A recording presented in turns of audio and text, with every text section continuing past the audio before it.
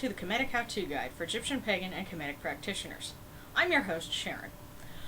I had a question about what was my own experience and who are my personal deities, and how did I get to being a Kemetic pagan.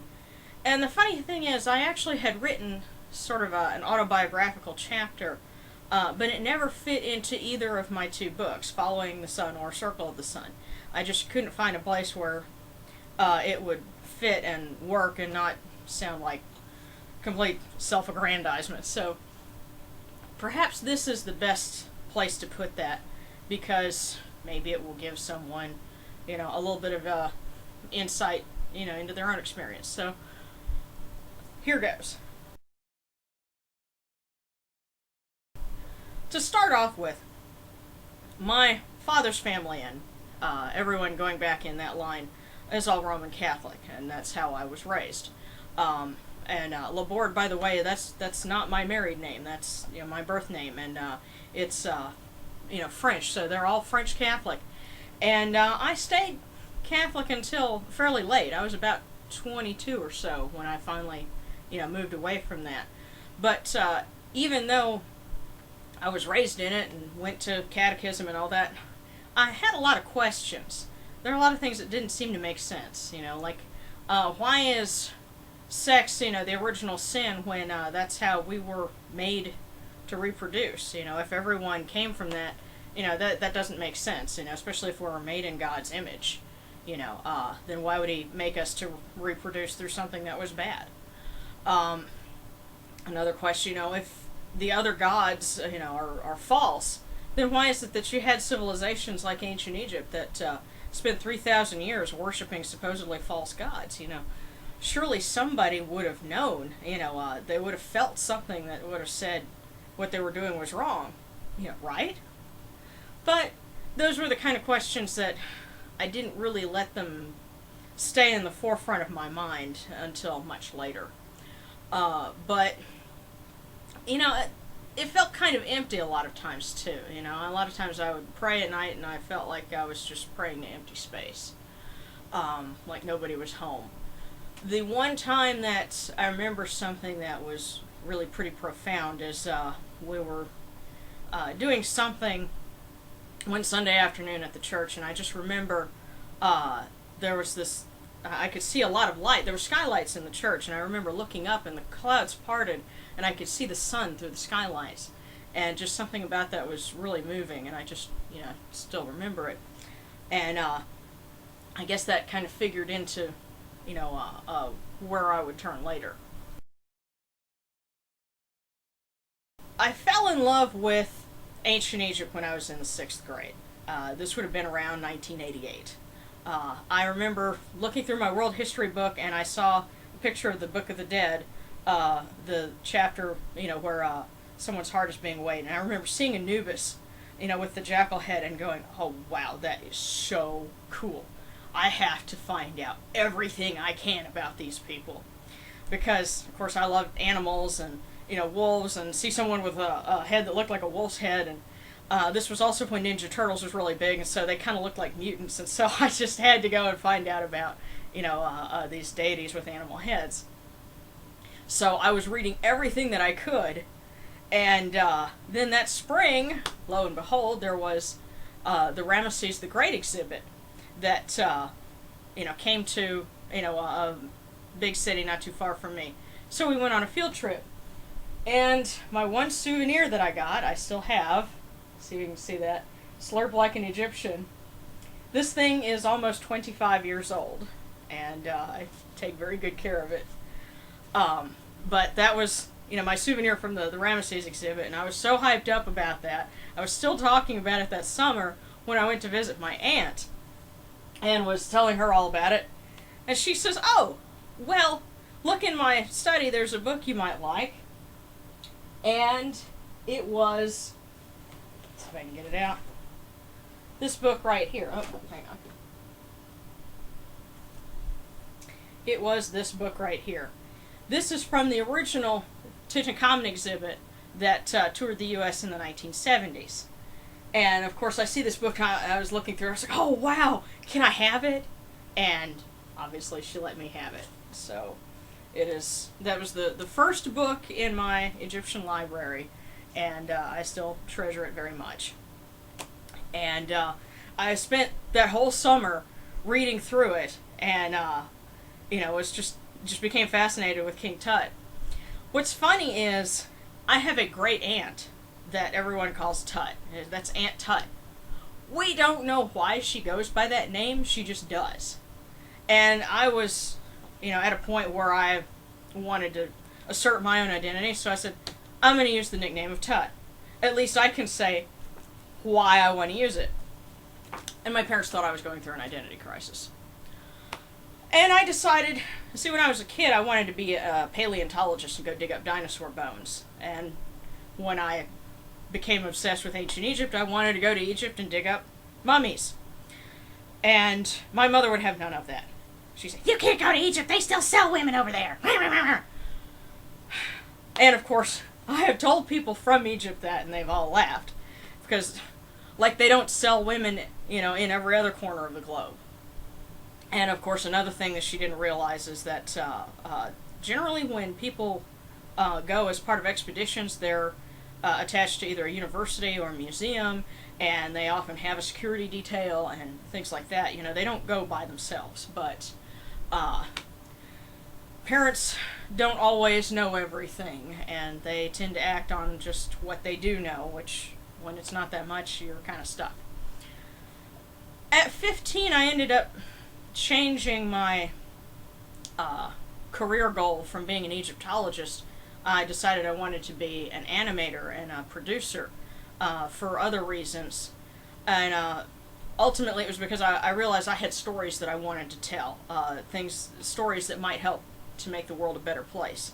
And it was that interest that I had in production and film and television, all that good stuff, that in its own indirect way has made the Kemetic How-To Guide possible. I finally walked out of Christianity, you could say. It was around 1999 or so. And I felt disillusioned for a lot of reasons. There were a lot of things that kind of built up to me just saying I've had enough. My parents went through a really nasty divorce.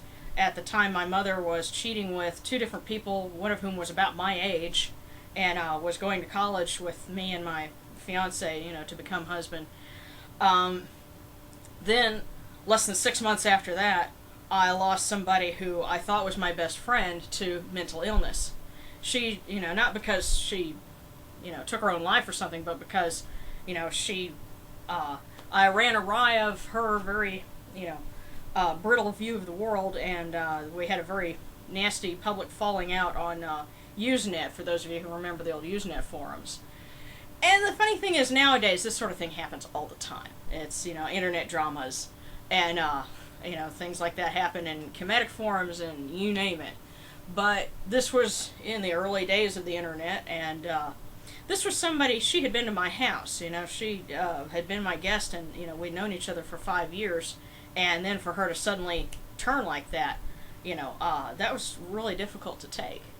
And I, was left kind of wondering, what kind of a universe, do you have where this goes on? What kind of a God would allow these sorts of things to happen? If he's supposed to be all-powerful and all-loving and all this and all that, then why does crap like this happen? And Christianity no longer had any suitable answers for me, and I felt like, I've invested so much into this and got nothing in return. I'm done. And, I was severely depressed at that point because, so many things going on, at one time. And I contemplated suicide quite a bit.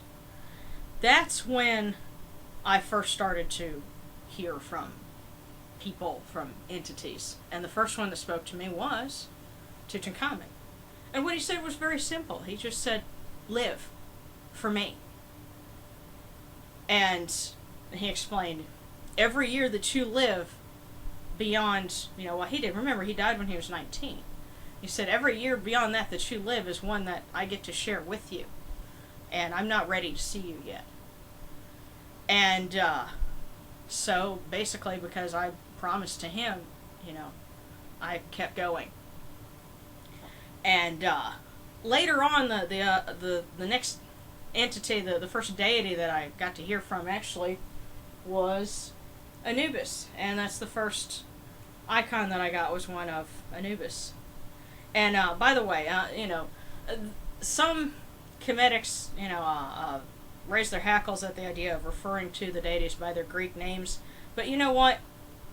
If you call on them and you say Isis, Anubis, whatever, they know when they're being called. And he responded to Anubis. We, ended up.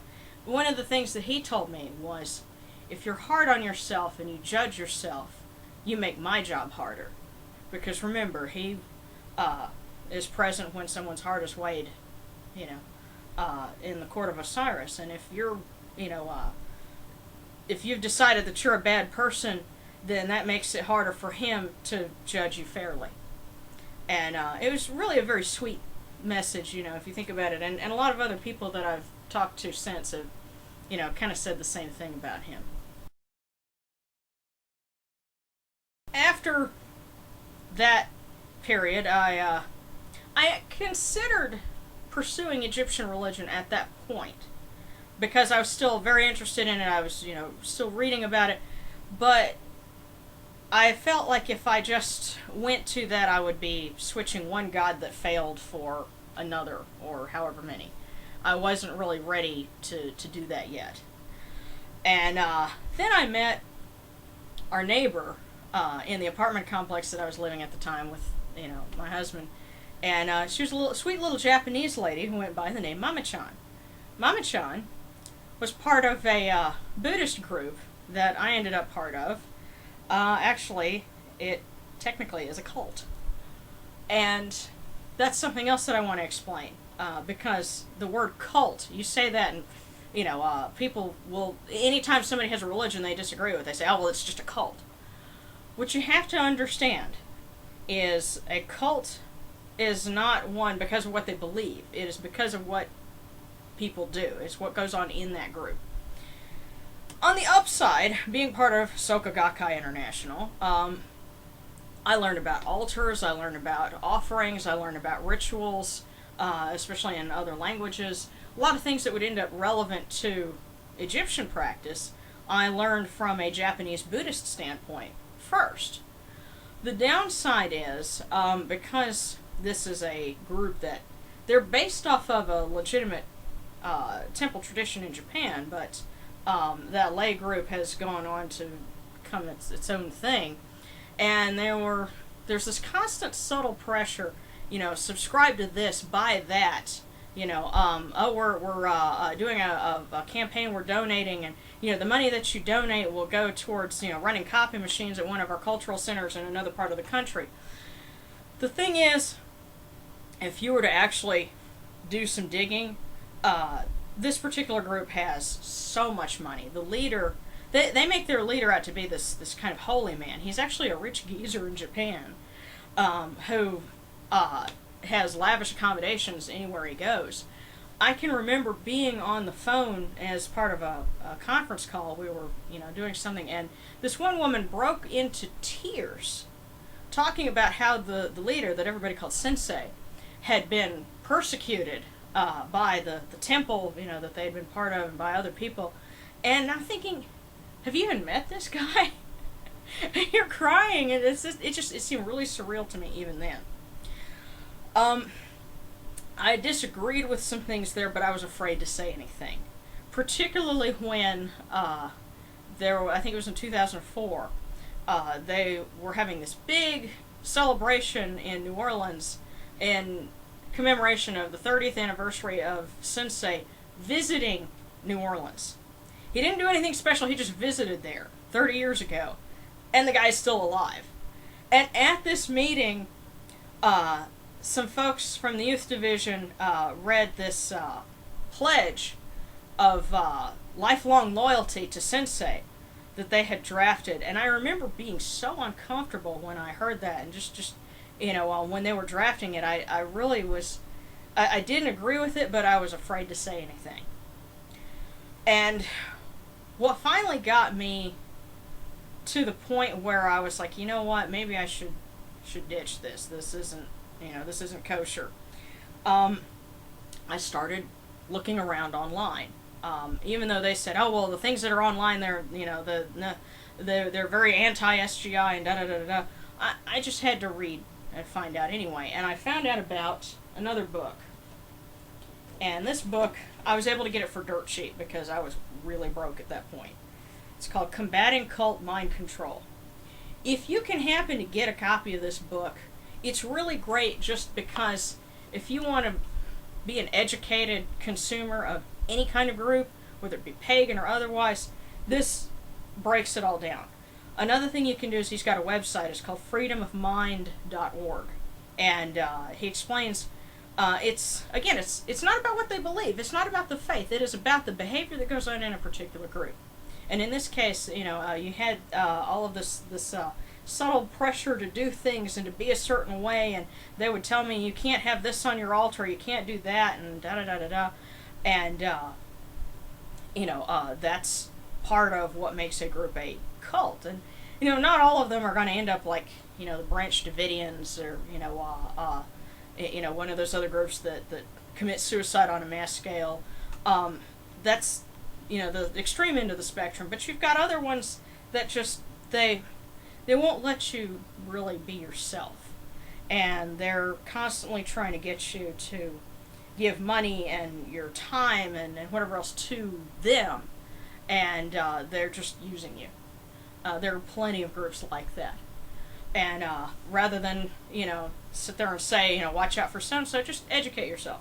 This book helped me, so I have to plug that.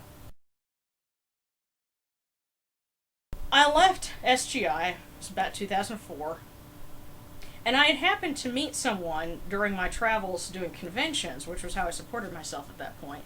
And this gal was part of a group called the House of Nectar, and I had no idea at that point that there were people that were practicing Egyptian religion. And I remember going on the website at first and going, well, this doesn't sound right. Well, she kept saying, oh, you really ought to check it out. And when I got out of SGI, I said, well, you know what?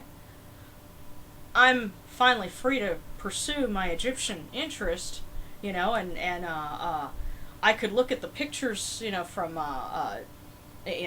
Egyptian art and see people making offerings and things, and I could understand what it was now because of my time as a Buddhist. So I wanted to try and explore that. She said, well, you really ought to check out the House of Nature. So I got on their forums, and I had lots of questions to ask. And the problem is, a lot of them they did not want to answer. I was like, well, okay, Senate is your basic right. Well, what's in it? Oh, they won't tell you that. You have to take the beginner course. Okay, well, so your leader is supposed to be working on her doctorate. Well, what's her dissertation on? My ex-friend had been working on a dissertation for a long time, and I remember her telling me about the experiment she was running for it. So I was curious, well, what's this gal's dissertation in? They can't answer that. Nobody can. I have asked numerous times, and nothing. And that didn't really click. That didn't make me... It was annoying, but what really made me say, okay, no. I had an excerpt for... I took a section of a manga that I had been working on, because, I'm an artist, and I had been working on a manga based on Egyptian religion. And this is a piece of concept art from it, and this is how I see Set. And, Set, for me, one of the ways that he can present himself is as a bad guy, as a villain. He's the villain in this story. And, that's one of his aspects. And that's something, I had written this thing where Horus is basically retelling the myth of kingship, and how Osiris was murdered by Set, and, how, Horus avenged him, and so on and so forth. That's all based on mythology. And I was like, well, let me post it here. What do you guys think of it? And then somebody came back and said, oh, that's not really how it happened at all. And they came up with this whole thing about how, they needed to kill Osiris, and Set, reluctantly volunteered to do it, and da-da-da. It's just something... I was like, what? this doesn't match anything from history, from the books that I've read. And I had been reading about ancient Egypt for nigh on 20 years at this point. And I said, if this is a group, they're so proud of the fact that the founder of the group is, an Egyptologist and all this. If they can't even base what they say on the group, nobody bothered to correct him. They're not basing this on, historical references. Then what's the point? So I decided I'd had enough of it. Now my friend was still in House of Nature, and she would go to their retreats that they have in Joliet every year for Egyptian New Year. And she was like, "Oh, you got to give him another chance. You got to give him another chance." Now, some of the people there are just, they're dorks. Just give him another chance. Well, a couple of years after that, she had started using a service animal for a disability, and she took this service animal up to retreat, and they barred her from every activity except for one that was outdoors. I remember she called me on the phone practically in tears and said, "Sharon, they didn't let me into anything." And so she was on her way back down from Illinois, and where I live is on the way to where she lives. And so I told her, just come over and, you can stay with us for a few days. And she just was a mess because of it. She was distraught. And that sealed it for me. Because if they were willing to do that to her, what's to stop them from doing that to anybody else? And out of principle, if I said it's okay, I'll participate with your group, in spite of what you did to my friend, then I'm saying it's okay. And I won't do that. Because, above all, that goes against my principles. And so, people who are part of the House of Nature through online and who live in parts very far removed from the central U.S., obviously your experience there is not going to be like this. But I've noticed there's a distinct difference between the people who are just, Remich, who just participate online, and then the folks that physically go there, the folks that have been participating with a lot of the things for a long time. It's this culture that just, I don't know how else to describe it. And another thing is, of course, they have their ritual parent divination. At this point in my path and, figuring out who and what I am, I know who my family is. In spiritual terms, who would my, parent be? It's him. Because he's the one that I spoke to first, and he's the one that I promised, no, I won't take my own life. I'll live because, you've asked me to, and you've taken me on. I don't need somebody to do a divination to tell me that. And I know that Anubis is, what you would call a beloved. And later on, I found another important deity for me is Ra. And of course, it makes sense because, the pharaoh is called the son of Ra. And so, Ra, since he's, my parent, Ra would be grandfather, basically. And other important deities would be Osiris and Sekhmet.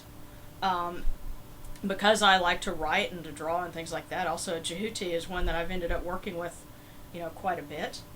And so, I've been able to find this out on my own. And that's why I am an independent Kemetic. You can say I am a hard polytheist because I believe these deities are separate entities. And I think people should be able to work with as many or as few deities as they feel comfortable with. That's just, how I do it.